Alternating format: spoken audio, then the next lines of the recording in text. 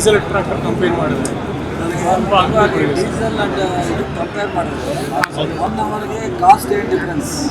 Cost sir ಈಗ ನಾವು 50 HP ತೊಗೊಂಡ್ರೆ ಈಗ ನಮಗೆ ಒಂದು ತಾಸಿಗೆ ಅಂತಂದರೆ ನಮಗೊಂದು 800ರಿಂದ 1000 ರೂಪಾಯಿ ಬರುತ್ತೆ ಸರ್ 1 ಅವರ್ಗೆ ಡೀಸೆಲ್ಗೆ sir.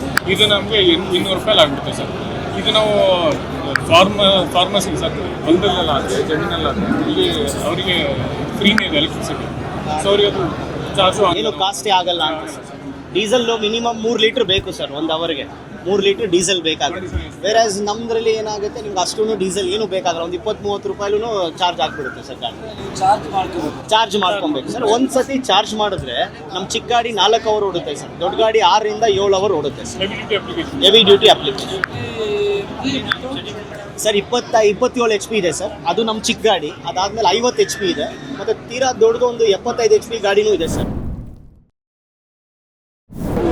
Normal application sir around 6 to 7 hours ಮುಂದೆ ಬರುತ್ತೆ. ಹೆವಿ ಡ್ಯೂಟಿ ಅಪ್ಲಿಕೇಶನ್ ಅಂತ ಈಗ ರೋಟಾವೇಟರ್ ಕಲ್ಟಿವೇಟರ್ ಯೂಸ್ ಮಾಡಿದಾಗ ಅದು 4ರಿಂದ 5 hours ಮಾತ್ರ ಇದೆ.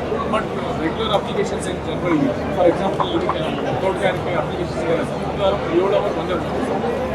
On average thank you sir.